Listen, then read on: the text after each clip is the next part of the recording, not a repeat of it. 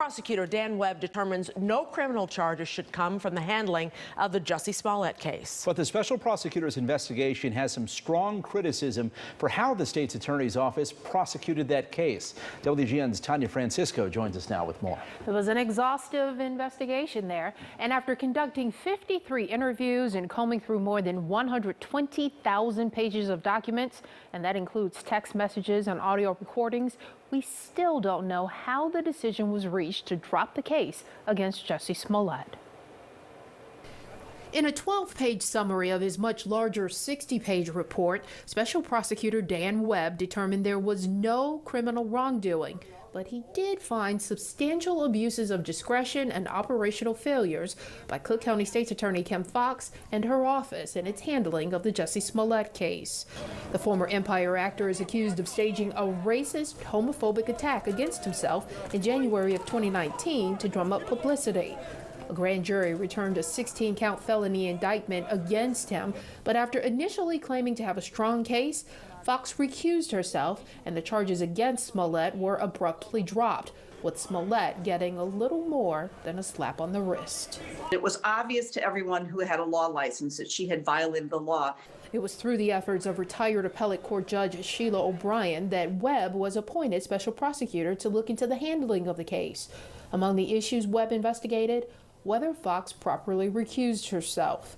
Webb determined she did not, saying her entire office should have been pulled off the case. Instead, it was turned over to her two top deputies, who were accused of having significantly divergent opinions of how the case was resolved. Webb even found the lead prosecutor on the case read a statement during the dismissal hearing that she drafted in conjunction with Smollett's attorney. Webb called that atypical. Former Cook County prosecutor Joe Roddy. People are going to have questions about how things are done over there. And certainly in this case, it's documented that things were not done correctly and that things were not done on the up and up. Webb condemned Foxx and her office for making, quote, at least 6 false and/or misleading public statements relating to the nature and reason for the dismissal of the case on more than one occasion.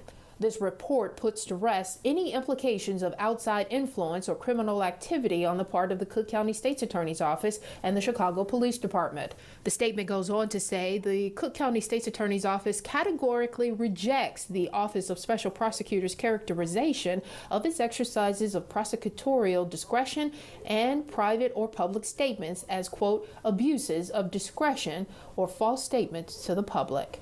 O'Brien says she's satisfied but disheartened by the results of the investigation. Now we do know the truth, however. Mr. Webb has told us that our state's attorney lied to us, our state's attorney doesn't know how to run the office, and she might lose her law license. Webb says he will forward his findings to the Illinois Attorney Registration and Disciplinary Commission to determine the future of Foxx's law license. Webb did reinstate some of the charges against Smollett, but his trial is not expected to take place for a while because of the pandemic. And another late development in the case, Kim Foxx is removing herself from the campaign trail because her husband has been diagnosed with prostate cancer. He's scheduled to have surgery this week. Certainly wish him well. Tanya, thank you.